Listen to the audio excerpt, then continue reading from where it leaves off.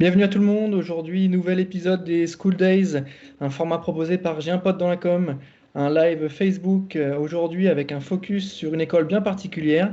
L'objectif de ces School Days, il est de parler des écoles de marketing, communication et digital.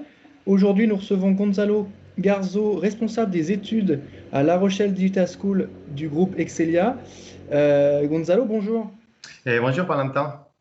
Merci d'avoir accepté l'invitation. On Mhm. va se faire un focus pendant 1 heure de live au sujet de la Digital School La Rochelle. L'objectif, il va être de présenter vos différentes formations, vos cursus, votre manière d'appréhender la relation communication, agence, annonceur et surtout la manière dont vous gérez un petit peu le lien au numérique, les nouveaux métiers, l'émergence des nouveaux métiers, des nouvelles pratiques. Donc 1 heure environ de questions-réponses et de pitch et de détails sur les formations. On commence tout de suite avec la partie pitch qui va commencer avec la minute de promotion. Vous avez 1 minute pour pitcher l'école. Vous commencez quand vous voulez. Déjà commencer par remercier à Valentin et à toute l'équipe de Jean-Paul dans la com. Et donc, pour expliquer, la Digital School que je vais présenter s'encadre dans les groupes Excelia, Excelia Group, anciennement appelé groupe Subdeco La Rochelle, et dans la ville de La Rochelle, bien sûr. C'est une école, surtout une école de commerce qui a une trentaine d'années d'ancienneté.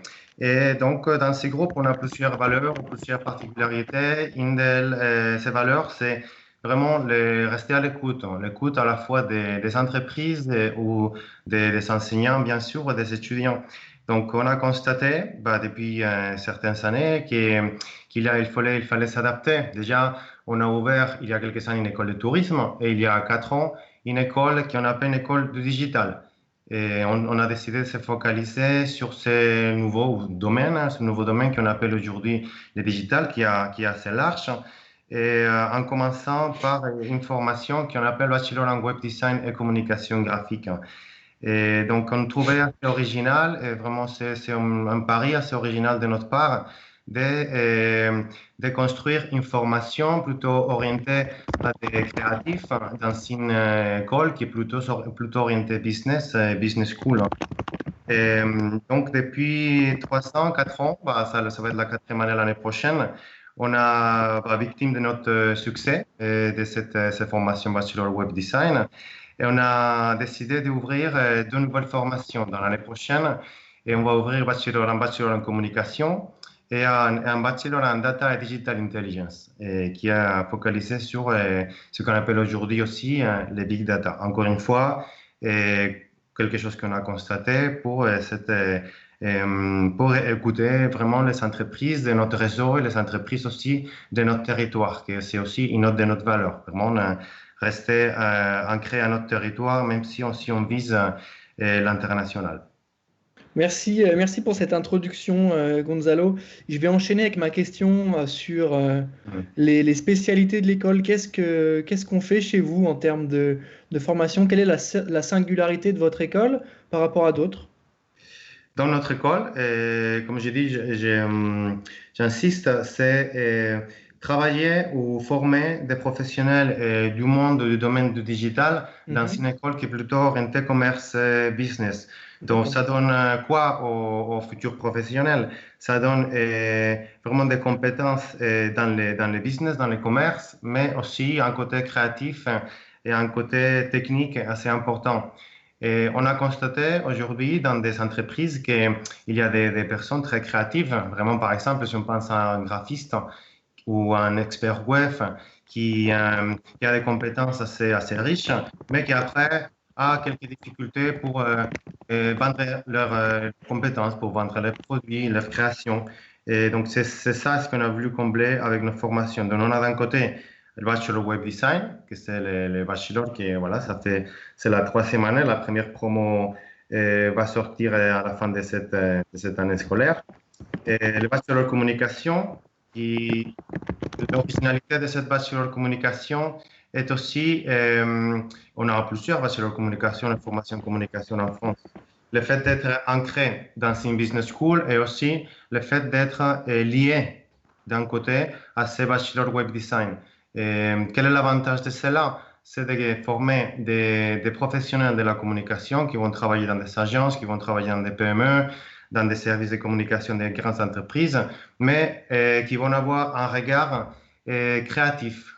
Et pour montrer ça, par exemple, la première année de ces deux bachelors va avoir les 75% des modules en tronc commun, la deuxième année un peu moins, 50%, et la troisième année, les 25% des modules en tronc commun. Ça va donner ce côté créatif aux professionnels de la communication, futurs professionnels, c'est quelque chose qu'ils n'ont pas forcément dans d'autres formations qui sont très de stratégie ou très orientées gestion de projet. Et tant que on constate que quand c'est quelque chose que c'est vrai, si une personne, un étudiant cherche un stage la première année, deuxième année, troisième année, une compétence que les entreprises vont chercher, c'est les côtés techniques. Par exemple, savoir, même si on ne va pas faire ça pendant toute notre carrière, monter une vidéo, savoir éditer une photo, savoir faire un flyer. Et donc, c'est ça aussi qu'on donne et qu'on propose à nos étudiants. Et donc, la troisième formation, comme j'ai dit, c'est Bachelor of Science Data et Digital Intelligence. C'est un Bachelor of Science qui vient aussi combler une demande des entreprises, et surtout parce qu'on travaille en lien avec les viviers d'entreprises qui se trouvent à Niort. Donc, Niort, pour ceux qui ne connaissent pas, c'est la ville, la centrale des assurances en France. C'est à 45 minutes de La Rochelle.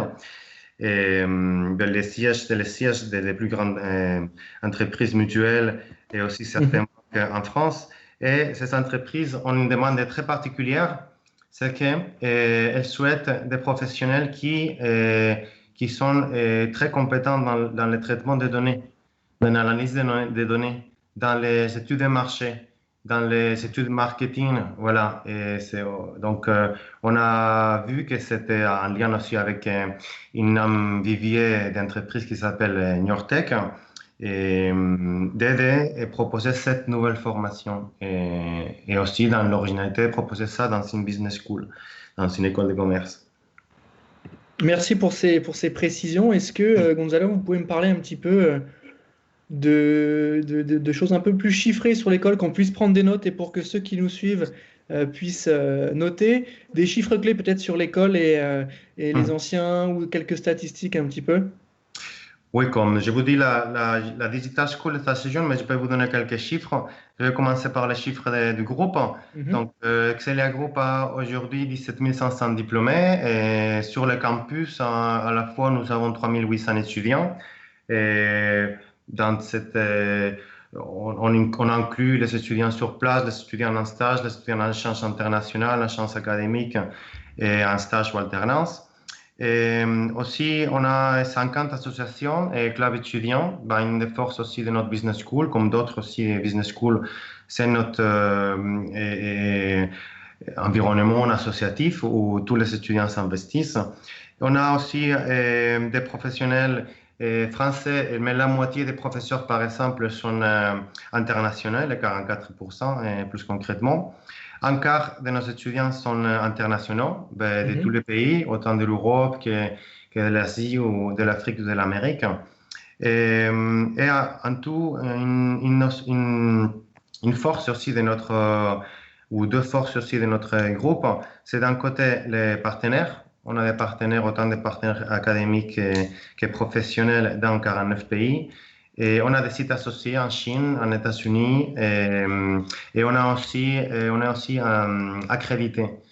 Et on a plusieurs accréditations très prestigieuses, comme la CSB, comme EPAS, comme STIG.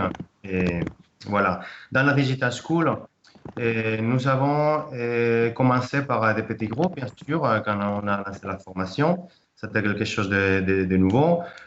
Aujourd'hui, nous avons une cinquantaine d'étudiants. Et quelque chose qui montre aussi notre bien-faire, c'est que l'année prochaine, on va doubler le nombre d'étudiants. On va passer d'une cinquantaine à environ 100 étudiants. D'accord, vous m'avez parlé de 3800 étudiants Excelia Group. Oui. Est-ce qu'on peut avoir un peu de détails là-dessus sur comment ça marche, où est-ce qu'ils sont répartis? Donc, oui, à Excelia Group, on a 5 sections ou 5 écoles qu'on appelle. On a la Business School, qui est la plus importante, la plus grande. On a la Digital School, que c'est la nôtre, la Mhm. plus jeune. On a l'école de tourisme et d'hôtellerie, qui a aussi, est aussi assez jeune, mais un peu plus ancienne que la Digital School. On a aussi une école dédiée à la formation continue, formation des entreprises. Et une autre école est plutôt dédiée à formation courte, aux formations de Bac plus 1. Et donc, les étudiants sont répartis dans ces 5 écoles-là. Et comme je vous ai dit, dans un groupe sur place, un groupe en échange académique et un groupe en stage, en alternance. Et voilà. Donc, oui. D'accord, donc plusieurs zones. Vous êtes présent dans quelle ville? Donc, évidemment La Rochelle, mais est-ce qu'il y a Mhm. d'autres emplacements, d'autres campus ou d'autres cellules de l'école? Oui, La Rochelle, c'est notre ville d'origine, bien sûr, où on est installé à la plupart de nos ressources. Mais Mhm. aussi, on a un campus à Niort, on a ouvert un campus à Tours et aussi on s'installe petit à petit à Paris. D'accord, vous avez des antennes aussi à À Paris niveau, pour les... au niveau groupe, oui. À niveau Digital School, c'est surtout La Rochelle. C'est D'accord, La peut-être Rochelle. plus tard. Ouais, ok. Pour l'instant, Niort. c'est focus Oui. sur La Rochelle. Merci pour ces précisions. Du coup, on va passer sur la partie formation. Oui. Formation, du coup, partie où on va préciser un peu le cursus, où on va s'interroger pardon, à la pédagogie et aux manières de faire, au type de cursus proposé. Mhm. Moi, ma première question, elle va être sur les sujets de post-bac. Est-ce que vous avez des formations dans lesquelles je pourrais me rendre après mon bac? Oui, d'accord. Donc, quelque chose que je n'ai pas spécifié, mais je vais le faire, c'est dans nos 3 formations, Web Design, je répète, Web Design Communication et Science Data Digital Intelligence, et c'est des formations Bac plus 3. Donc, c'est des formations RNCP niveau Ouais, 6. ok. Ça veut dire qu'on aura un diplôme d'État à la fin de nos études, Bac plus 3, et après, on pourrait continuer avec un Bac plus 4, au master jusqu'à Bac plus 5, bien sûr. D'accord, donc en Et post-bac, on rentre, on fait 3 ans, et au bout de 3 ans, on est diplômé de diplôme certifié par l'État. exactement. Ok, Donc, on peut, un élément important, c'est qu'on peut rentrer, bien sûr, après le bac, hein, en première année. On ouais, peut rentrer aussi en deuxième ou en troisième année. Donc, aujourd'hui, la réalité d'aujourd'hui, c'est qu'il y a beaucoup d'étudiants qui rentrent en troisième année. Et parce qu'ils ont fait un BTS, un DUT, ils finissent avec un bac plus 2 et ils intègrent l'école en bac plus 3 et nos bac plus 3 sont en alternance. Aujourd'hui, on propose que nos bac plus 3 en alternance, autant web d'accord. design que communication que le Bachelor of Science. Ok, donc ça y est de l'alternance. Ça, c'est pour la partie post-bac, donc juste après le bac au bac plus 3. Est-ce que, Mhm. Gonzalo, vous pouvez me parler un petit peu des différents diplômes master, du coup, on appelle ça un master bac plus 4 et bac plus 5. Mhm. Est-ce qu'il y a une Donc, spécialisation en plus ou est-ce que ça reste les mêmes? bien sûr, dans notre école, dans notre digital school, nous avons pas de bac plus 4, bac plus 5, mais dans notre groupe, oui, Axelia Group, nous avons par exemple une poursuite d'études logiques de nos étudiants, surtout web design communication, c'est master en marketing digital, c'est master D'accord. of science marketing digital. Et ça, on a plusieurs étudiants qui finissent la troisième année qui vont continuer par Dans cette le formation. groupe Excelia. C'est ça. Et on peut la D'accord. continuer aussi en alternance. D'accord. Est-ce que, du coup, vous m'avez parlé d'alternance, est-ce que vous pouvez me préciser comment est le rythme?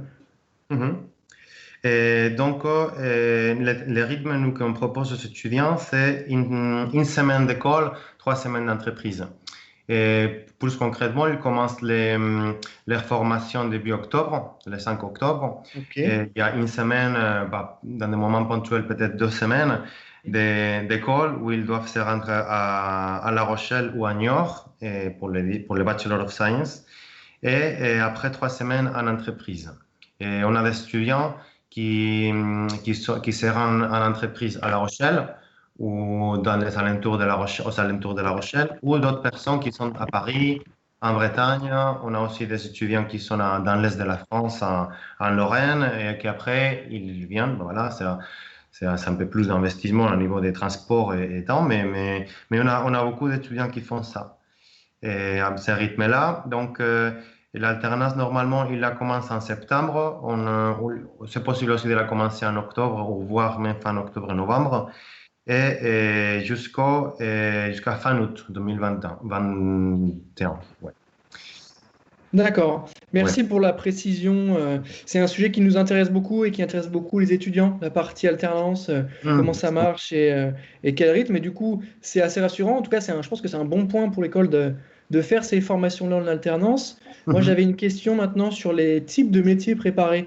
Euh, Quand on vient chez vous, à quel métier on se prépare? C'est des métiers d'agence, c'est des métiers plutôt de l'annonceur, c'est des métiers de start-up. Est-ce qu'on peut avoir un petit résumé, donc Mhm. deux, trois, en tout cas une idée des types de métiers auxquels Oui, on tout peut à fait. accéder avec l'école? Donc, une chose que je souhaite clarifier, c'est que notre formation, c'est une formation qu'on appelle généraliste. Dans les domaines qu'on propose. Par exemple, web design, et on appelle la formation web design communication graphique. Donc, Mhm. on forme des professionnels dans ce domaine-là, mais généralistes. Ça veut dire que nous, on encourage dès la première année à l'étudiant à déjà regarder tout ce qui existe autour de ces domaines-là Mhm. et construire son parcours de spécialisation. Et par exemple, il y a des étudiants qui sont plus passionnés, ont plus de compétences par le web. D'autres, pas du tout. D'autres disent, ah non, moi, le web, j'aime bien. Je préfère avoir quelques bases et connaître, bien sûr, comment faire un site web, comment un web est construit. Mais moi, je suis plus orienté communication graphique, graphisme. D'autres qui sont plus orientés vidéo ou Mhm. motion design. Mais tout en ayant une perspective qui est très riche et qui est quelque chose d'original chez nous, perspective large sur le domaine web design communication graphique. Et pareil pour le bachelor communication. Bachelor communication, c'est une formation aussi, comme je dis, axée sur la gestion des projets, sur la stratégie, et sur le web un côté, il y en a un côté web, même dans le bachelor communication, et un côté créatif. Donc, des postes concrètement, par exemple, web design, on a des étudiants qui vont travailler dans des services des grandes entreprises Mhm. ou d'autres qui vont travailler dans des agences qui vont être, ou même qui vont être oui, là, chargés de production audiovisuelle ou qui vont travailler dans l'e-marketing, qui vont travailler dans le social media management ou en tant que graphiste, infographiste, web designer, UX designer, intégrateur. Et dans la communication aussi, on a des étudiants qui vont travailler comme chef de projet événementiel dans le secteur tourisme ou dans le secteur hôtellerie, dans d'autres secteurs, bah, n'importe, tous les secteurs ont des professionnels de la communication, dans une agence, à leur compte, dans les services de communication d'une entreprise. Donc, c'est des professionnels qui vont travailler en lien, les deux, bachelor communication et web design, et l'un sur la stratégie et dans les services com et l'autre sur la création, tout en ayant un D'accord, donc regard. c'est Voilà. quand même assez complet et je trouve ça intéressant de le souligner, en tout cas de préciser tout ça, c'est que Hmm. il y a des métiers, il y a plusieurs types de métiers et les formations que vous proposez sont assez complètes. On voit Mhm. qu'on peut toucher à plusieurs choses et qu'on peut être Tout dans à des fait. métiers très précis du graphisme, du web design, la partie vraiment création en elle-même et aussi le côté vraiment gestion de projet, e-marketing, outils numériques. Et franchement, le fait de le préciser, c'est intéressant parce que c'est large et du coup, on peut toucher à plusieurs choses. Et Mhm. c'est pour une école qui appartient à un groupe de commerce, du coup, ça donne une sorte de plus-value, je pense, de Mhm. pouvoir accéder à ces métiers-là. Merci pour ces informations-là. On arrive un petit peu à y voir un peu plus clair sur ce que vous faites, sur comment vous Mhm. présentez les choses, et je trouve ça intéressant. Maintenant, on va passer à la partie vie à l'école. Vie à Ouais. l'école, donc notre troisième partie sur laquelle on va s'intéresser vraiment au type de cours que vous dispensez, Mhm. aux formations en elles-mêmes avec la manière de gérer les intervenants, les conférences, les projets, est-ce qu'il y a des hackathons, est-ce que les gens partent à l'étranger, est-ce qu'il y a du BDE, etc. Donc toutes ces informations qu'on a envie d'un petit peu de découvrir. Je vais commencer avec une question plutôt basique, mais en tout cas Ouais. qui va être intéressante à décrypter, c'est est-ce que pour vous la com n'est pas un secteur bouché? Est-ce que proposer des formations dans la com aujourd'hui, c'est pas un petit peu compliqué? Et je vous laisse me répondre, notamment sur la partie opportunité liée au digital. C'est une bonne question. Et là, comme est un secteur bouché, moi, je pense qu'aujourd'hui, on constate plus que jamais que la communication, surtout la communication digitale ou orientée sur le numérique, est un secteur assez, je peux dire un mot résilient. Et avec ce qu'on a vécu, ce qu'on est en train de vivre aujourd'hui avec la crise du Covid-19, on Mhm. voit que les métiers, on le voit à l'école, hein, et dans la formation, les métiers qui s'adaptent le mieux, c'est les métiers liés au digital, les métiers liés à des professionnels qui sont à l'aise, qui sont axés sur le travail à travers le web, à travers l'ordinateur ou Mhm. orientés vraiment sur la communication qui avant, par exemple, on me parle de la période du confinement, pour être ouais, très concret, mais c'est un exemple que je pense. Hein. Et la communication pouvait se faire dans les autoroutes, pouvait se faire dans la rue, pouvait se faire dans des différents endroits. Aujourd'hui, on était limité pendant une période importante à la Mhm. communication web, à vraiment que tout doit passer par un écran, que c'est l'écran de notre ordinateur. Donc, ça montre qu'aujourd'hui, le digital et la communication digitale est plus vivante que jamais. Ouais, je trouve que Mm. c'est une bonne réponse à ma question. En tout cas, c'est bien amené, c'est vrai. Et la preuve par les faits, par l'expérience, c'est qu'aujourd'hui, avec la période du Covid, on s'est rendu compte de tout l'enjeu du numérique, des possibilités. C'est d'ailleurs l'idée de ce live, hein, aujourd'hui qu'on fait avec vous. On peut plus faire de JPO physique, ben, on essaie de se rencontrer différemment et de proposer de la valeur ajoutée différemment. Et je pense que effectivement, les métiers du digital, dont plus de la moitié ne sont pas encore nés, Mm. peuvent apporter des choses pour les marques, pour les entreprises et surtout du côté des agences. Donc merci pour cette réponse complète sur la partie euh, opportunités liées au numérique. Moi, j'ai une question maintenant sur le profil type des Mhm. étudiants que vous recrutez à la Digital School. Est-ce que vous pouvez me préciser un petit peu le profil de la personne idéale, entre guillemets, qui peut intégrer l'école? Mhm. Oui, bien sûr. En fait, on est ouvert surtout sur la première année et la troisième aussi. Ouais, on est ouvert à tout type d'étudiants.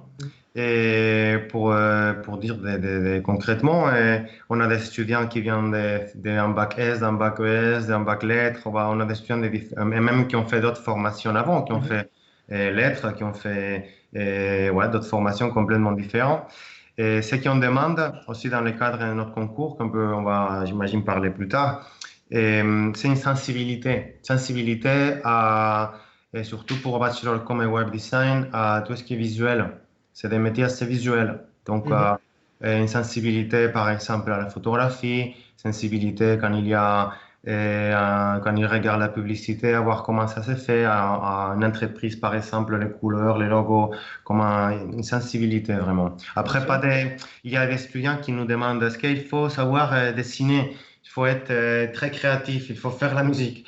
Bah oui, c'est pas mal si on sait dessiner, mais c'est pas du tout une condition d'éligibilité. Nous avons des étudiants très créatifs qui font des choses incroyables et qui ne savent du tout dessiner, mais du tout. Et qui après, ils font des créations avec Photoshop Ouais, ok.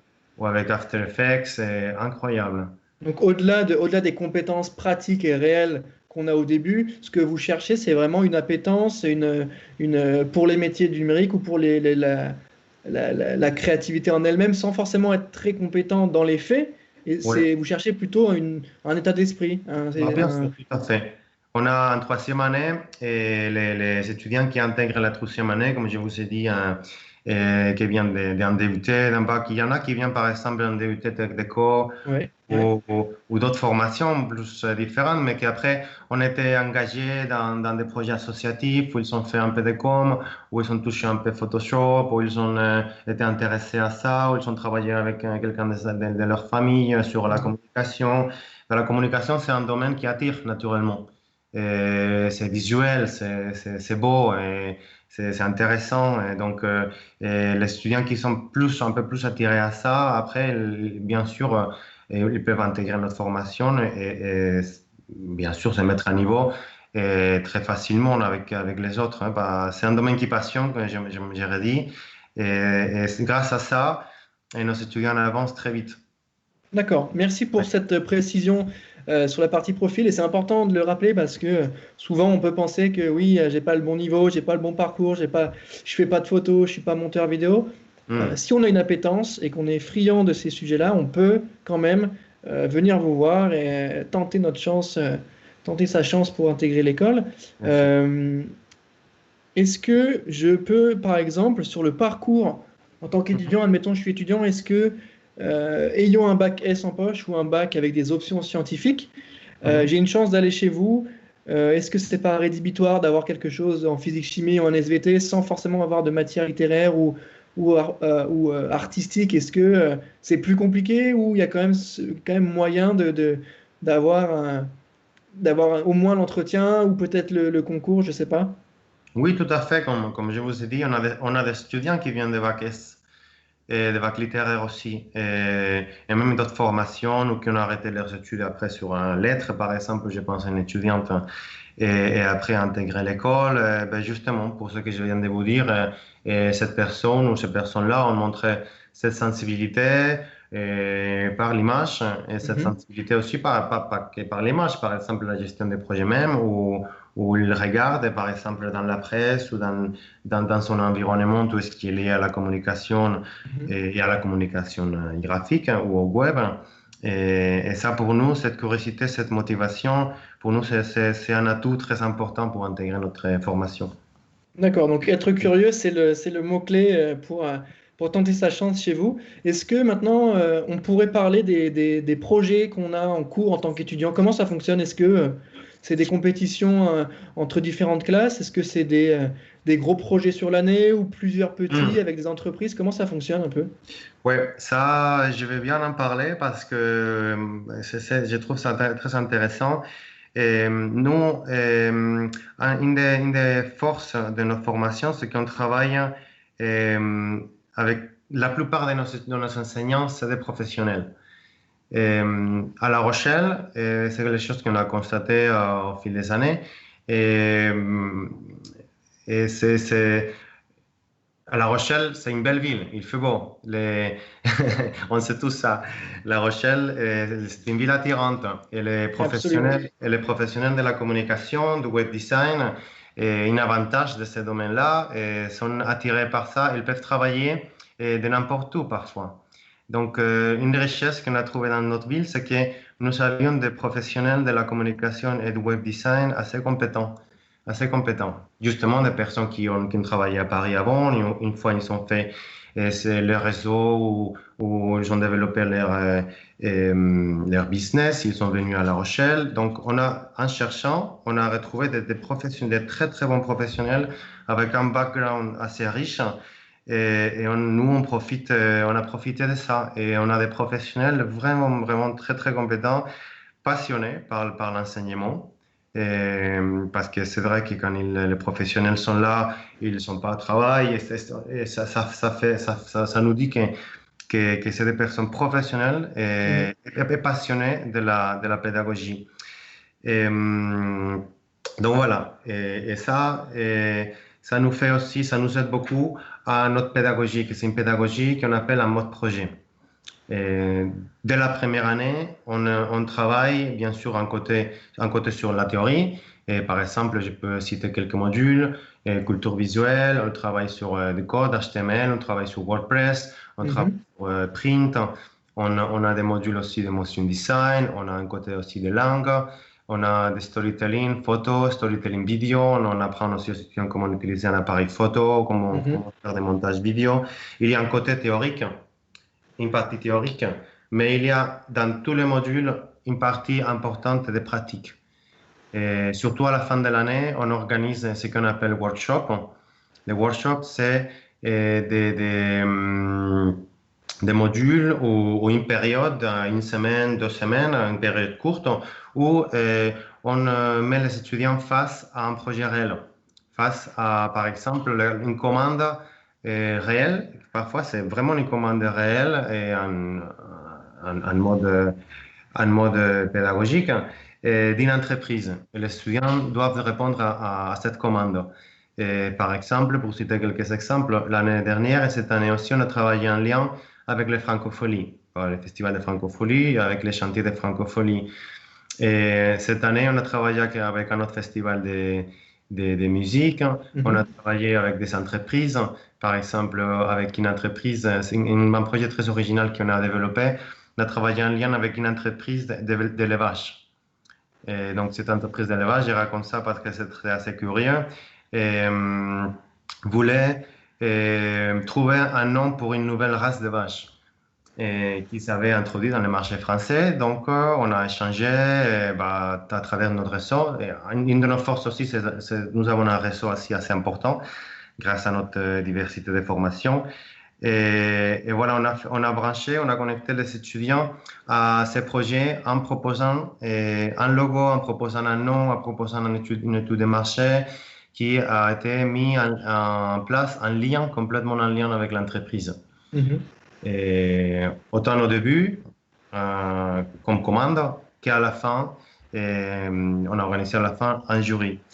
Donc voilà ça, on a travaillé en lien avec des lycées, on travaille en lien avec des festivals et des structures culturelles. Une autre richesse que nous avons dans cette ville, c'est la richesse culturelle. Et à La Rochelle, même si c'est une petite ville de 80 000 habitants, et nous avons une quinzaine de festivals de cinéma. C'est quelque chose qui est étonnant. Nous avons la francophonie, nous avons le festival de cinéma avec plus d'affluence après Cannes, et le festival international de films, et des festivals de danse. Et ça, cette richesse, c'est assez importante pour nous en tant que professionnels de la communication et des créatifs, et d'avoir cet environnement artistique aussi, en plus que l'environnement d'entreprise, assez important. Donc des projets qui sont ancrés dans le réel, si j'en crois ce que vous me dites, c'est vraiment des projets qui sont mis en tout cas des cours théoriques qui sont mis en application tout de suite, avec des cas concrets et surtout des cas locaux et régionaux à échelle nationale évidemment, mais je trouve ça intéressant de le préciser parce que les étudiants peut-être voient un petit peu à quoi servent leurs cours et je pense que c'est un élément indispensable quand tu es en cours de pouvoir l'appliquer directement, et le fait de le mettre à dispo de vrais projets, de vrais professionnels.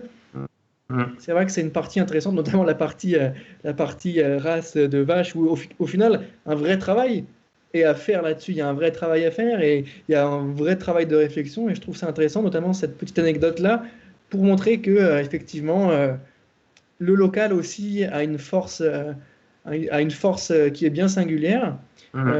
Merci pour ces précisions sur les sujets des cours. Est-ce que vous avez quelque chose d'autre à rajouter?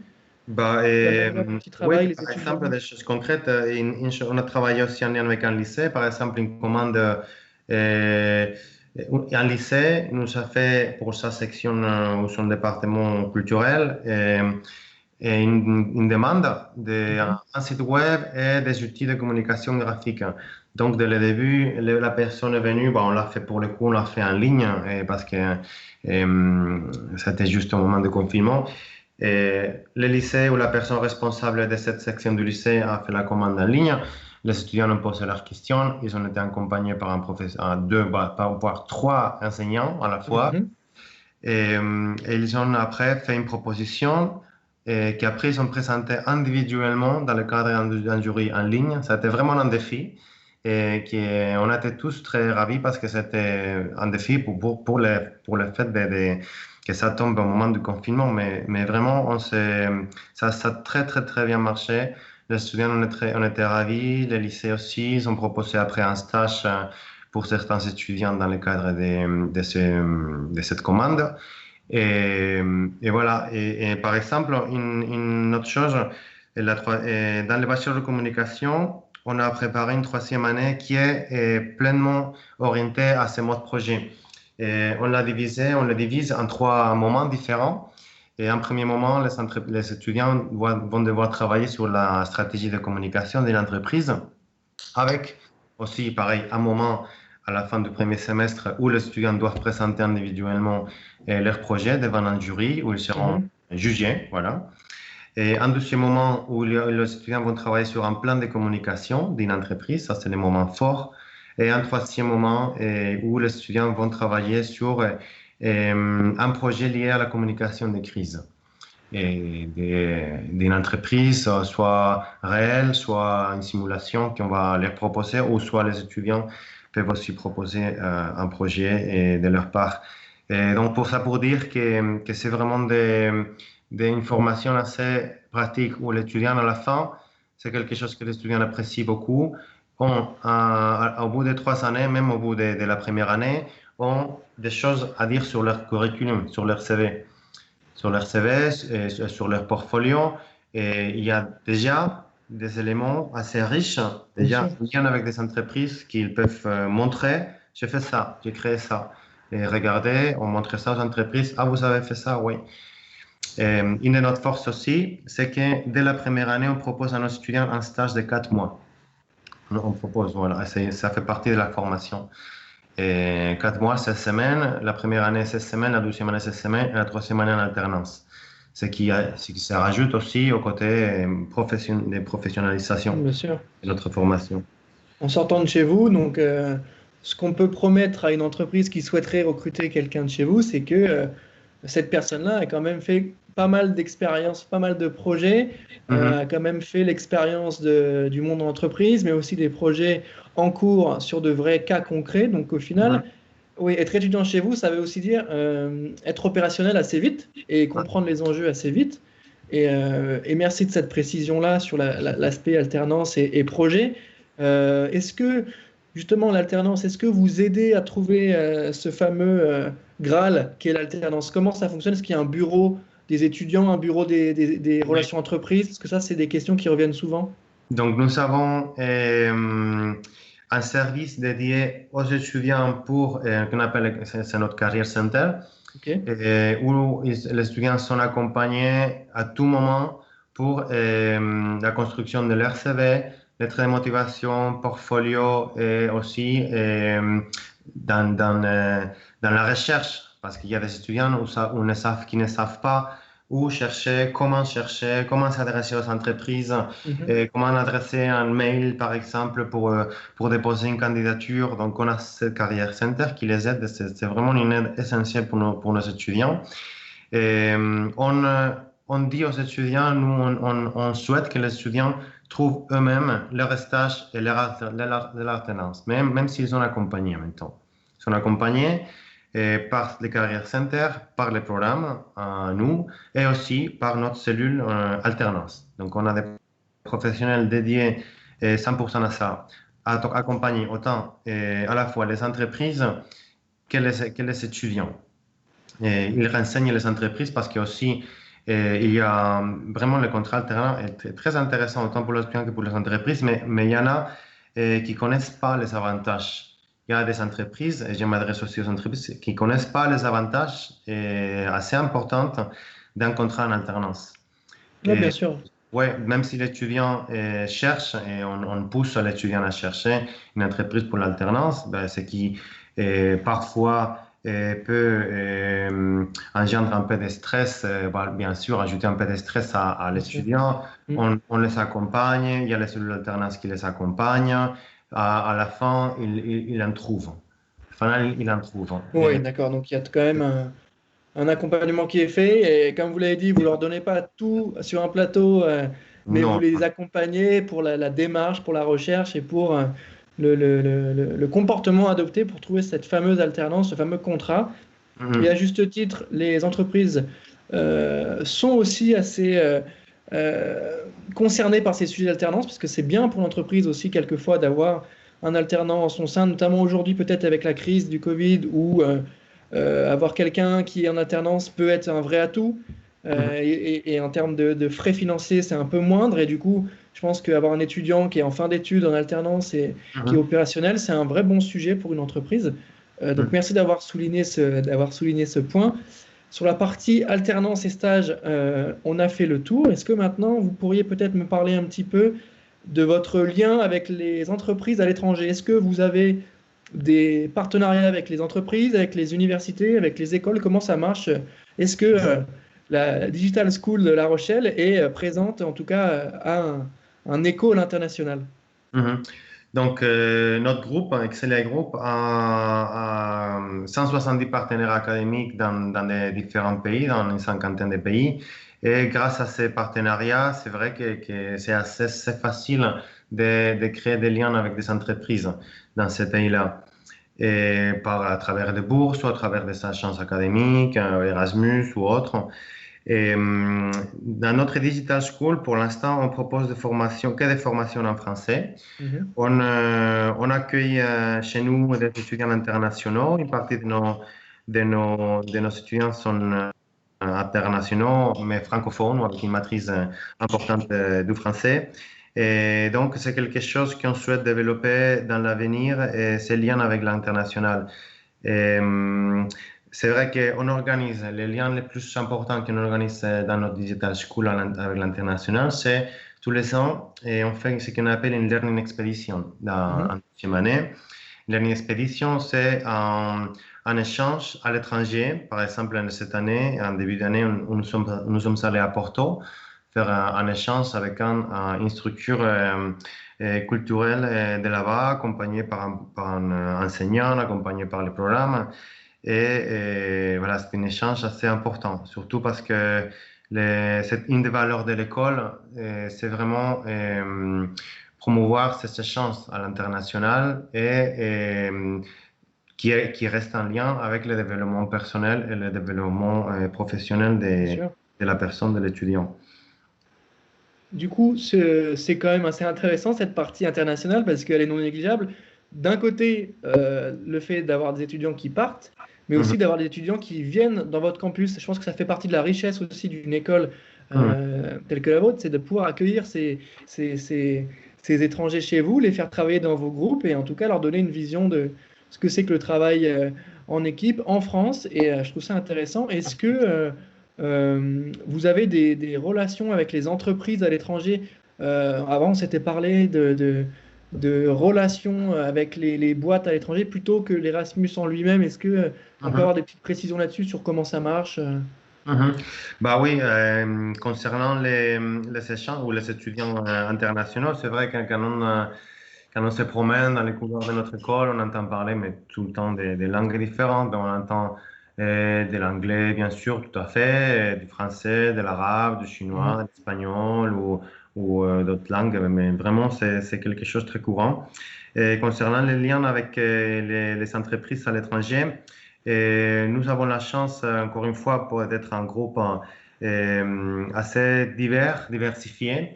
On a des formations en tourisme, business, digital, et Mhm. aussi avec une trentaine d'années d'expérience, et aussi avec une politique internationale assez forte, oui. Et ça fait que nos partenaires internationaux sont de plus en plus riches. On a voilà, des échanges, comme je dis, avec une cinquantaine de pays. Donc, l'étudiant aujourd'hui qui souhaite partir à l'international, et dans plusieurs programmes, c'est quelque chose d'obligatoire. On verra qu'est-ce qui va se passer avec la crise de l'année prochaine et le Covid-19. Dans la Digital School, nous n'avons pas une obligation de partir à l'étranger encore, mais certains étudiants tous les ans partent à l'étranger. Par exemple, il y a des étudiants qui sont partis à Malte, en Estonie, en Angleterre. On avait deux étudiants qui allaient partir au Canada, mais qui finalement ne sont pas partis à cause de cette crise. Mais Mhm. bien sûr, si un étudiant souhaite partir à l'étranger, nous, un atout que nous avons, c'est le réseau.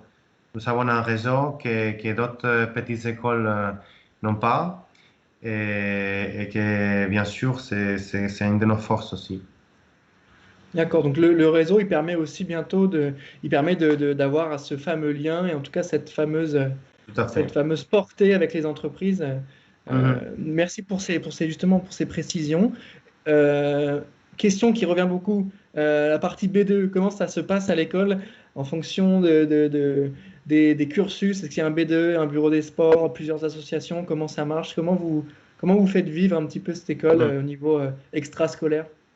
Bah, tous les étudiants sont obligés, obligés, oui, et ça fait partie de leur cursus, c'est crédité, de faire partie d'une association.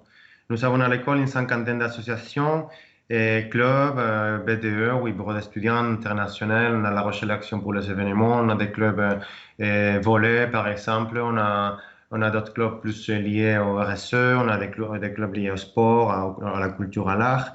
Et une chose très intéressante, encore une fois, qui montre les liens avec le territoire, c'est que La Rochelle, c'est une ville où il y a une richesse à niveau, bien sûr, culturel, c'est une ville vivante, c'est une ville petite mais vivante.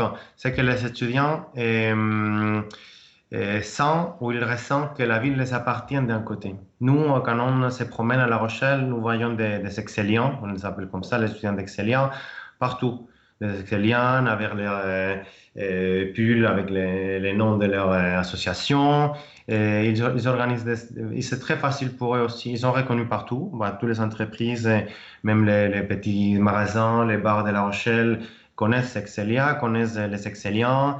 Et pour eux, c'est très facile d'organiser des événements en lien avec ces structures, ces entreprises. Donc, je trouve que c'est quelque chose qui donne envie. Quand je vois les étudiants faire partie d'une association, organiser des événements comme ça, et vraiment trouver que la ville les appartient, c'est peut-être pas le cas d'autres villes où l'école est éloignée du centre. La Rochelle, c'est pas le cas. Et, donc, la vie associative, c'est une richesse de notre école, ben, une richesse vraiment, vraiment importante. Hein. Et qui montre aussi, bah, je n'ai pas cité peut-être les valeurs de l'école. Une de notre valeurs très importante, c'est la responsabilité sociale. Et, nous poussons les étudiants aussi à rester en lien avec les territoires ou pas que, de s'engager avec des projets qui à aider les autres, à lier avec des liens sociaux. Et une des particularités, par exemple, de notre école, c'est qu'on propose aux étudiants un stage qu'on appelle Humacité. Humacité, c'est un stage de 4 mois ou 3 mois lié au travail social, travail en lien avec INASO, de l'autre. Ça, c'est obligatoire, du coup, c'est ça? Dans certains programmes, oui. Dans notre école digitale, il n'est pas obligatoire, Mais vous mais le mettez à dispo quand même. nous mettons à disposition ce stage pour nos étudiants Ok. et nous encourageons les étudiants. Certains étudiants sont vraiment intéressés par ça. Et c'est vraiment quelque chose de très original que les étudiants nous disent ça de notre école. Ce lien avec l'aide, avec l'engagement social. D'accord. Bah, merci pour cette précision qui est non négligeable et qui est très singulière. Je la trouve particulièrement intéressante parce que oui, effectivement, il faut monter des projets, faire du business, développer les entreprises, mais je trouve ça aussi très intéressant et très utile, votre positionnement sur la raison sociale de Voilà. l'école. Il y a la fameuse ligne de RSE pour les entreprises. Le fait de l'appliquer aux écoles, je trouve ça aussi très, très sain, très logique, très utile. Et du coup, merci de préciser ça. Et on sent aussi, comme vous venez de le dire, l'influence qu'a l'école sur la ville, notamment pour les pulls des assos, etc. Et ça montre que l'école est bien implantée, qu'elle vit bien et qu'elle a un rôle dans la région. Et je trouve ça bien de le souligner parce que on arrive à l'école, on n'est pas perdu dans une école, on est imprégné de la ville, on appartient à une asso. Comme vous l'avez dit, on peut se rendre dans une asso chaque année, ou en tout cas en fonction du cursus. Donc c'est intéressant. Il n'y a pas que les cours, il y a tout ce qui va avec. Et c'est ce qui fait un étudiant comblé, je pense, notamment dans une ville où le niveau de vie est peut-être plus accessible qu'à Paris. Donc ça, c'est bien aussi de le rappeler, je pense. Sur la politique maintenant des anciens, des alumni, c'est une question qui revient souvent. Comment vous gérez la relation avec les anciens? Est-ce que peut-être on peut se rappeler le nombre d'anciens que vous avez? Et si oui ou non, vous les faites intervenir à l'école, dans des cours, dans des conférences, comment vous gardez le lien avec les alumni? Bah, tout à fait. Bah, les alumni, nous avons 17 500 diplômés à l'école. Et bah, nous comptons beaucoup sur les alumni parce que c'est une des forces aussi de notre école. Et il y a un réseau, bah, déjà, il y a un site web où les alumni aussi publient leur expérience. Et beaucoup d'étudiants trouvent des stages grâce aux alumni. Mais vraiment, c'est un nombre d'étudiants assez important qui trouvent leur stage ou leur poursuite d'études ou aussi leur emploi, leur futur emploi grâce aux alumni. Et c'est moi, par exemple, que je suis aussi enseignant et je connais plusieurs programmes et j'ai connu plusieurs étudiants. C'est très fréquent de voir des diplômés à l'école. Donc, ils viennent à l'école, soit participer dans des jurys, soit participer dans des événements, soit eux proposer des événements.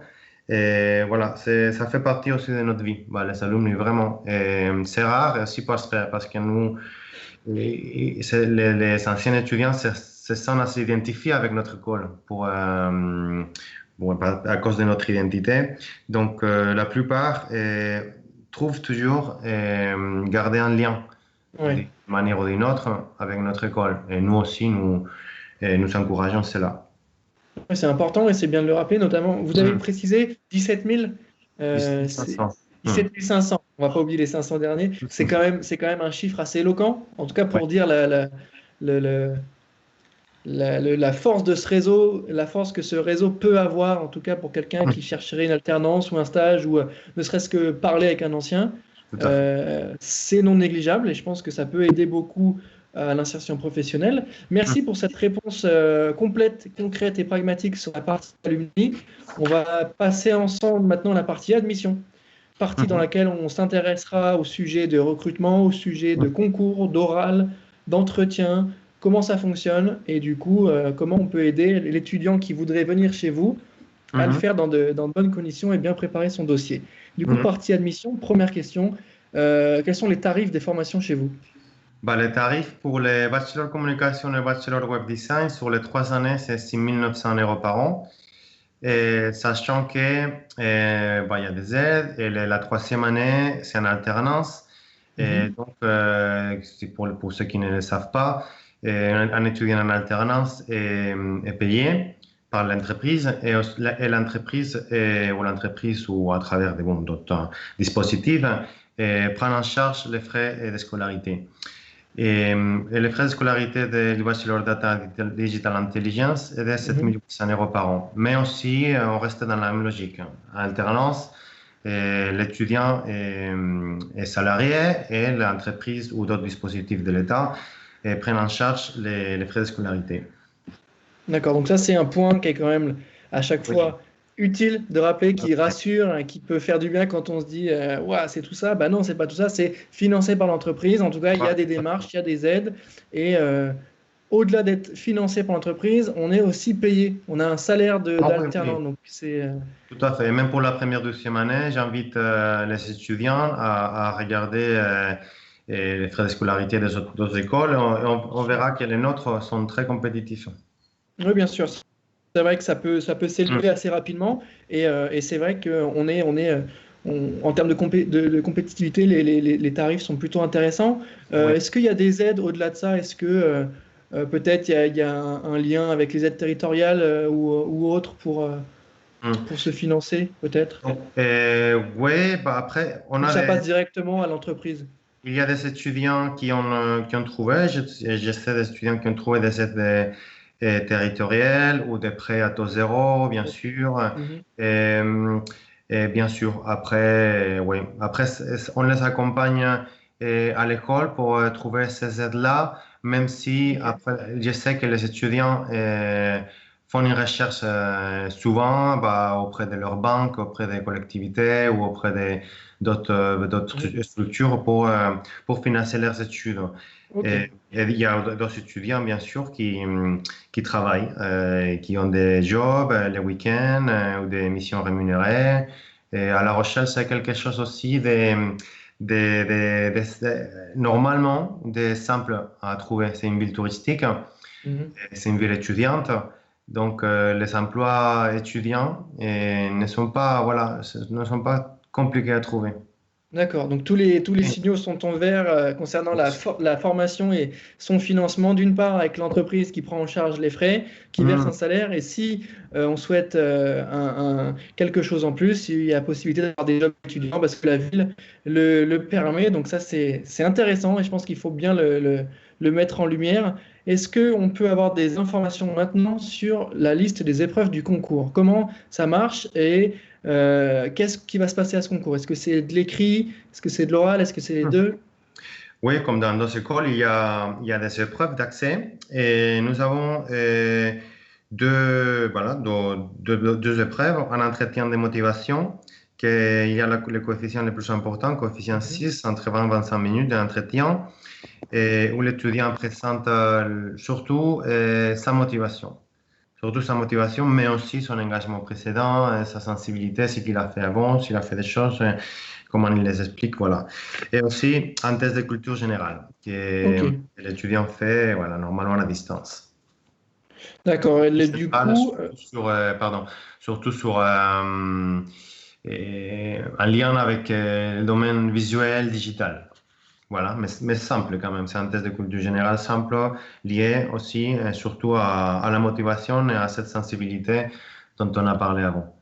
d'accord. L'objectif, Mhm. c'est vraiment de voir quel type d'étudiant on a en face, ce qu'il voudrait faire, etc. C'est plutôt euh, voir sa capacité à s'intégrer à votre école plutôt qu'un vrai test où il faut avoir préparé pendant 6 mois. Ah, tout à C'est fait. plutôt un échange, c'est plutôt un échange et si ça match, c'est bien. Si les attentes et la qualité de l'étudiant n'est pas au rendez-vous, bah, ça ne matche pas. Mais en tout cas, c'est vraiment un échange plus Hmm. qu'un concours avec des annales, avec toutes ces choses-là. Hmm.